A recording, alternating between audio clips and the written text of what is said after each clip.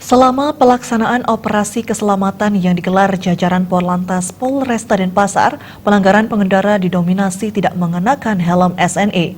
Hal tersebut diungkap Kasat Lantas Polresta Denpasar, AKP Adi Sulistyo saat operasi keselamatan di Renon, Denpasar.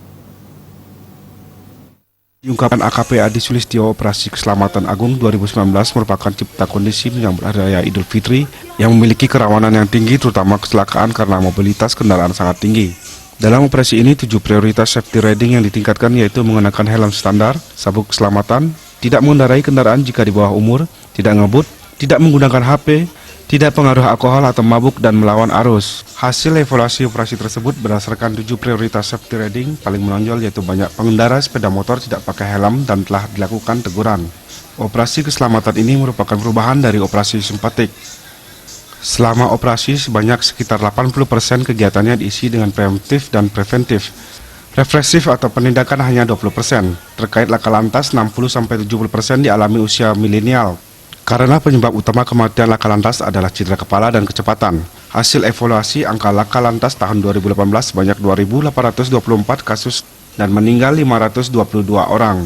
Sehari terjadi 7 laka lantas dan yang meninggal rata-rata 1 hingga 2 orang meninggal.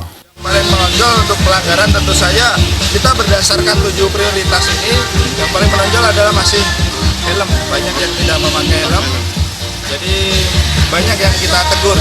Jadi operasi keselamatan ini adalah perubahan dari operasi simpatik yang merupakan 80% adalah kegiatan preemptif dan preventif. Sementara pada penutupan operasi keselamatan, Polantas memberi penyuluhan akan pentingnya keselamatan di jalan raya dan mentaati tata tertib aturan lalu lintas serta olahraga bersama. Masyarakat dihimbau untuk selalu mematuhi peraturan lalu lintas dalam menekan angka laka lantas. Tim Liputan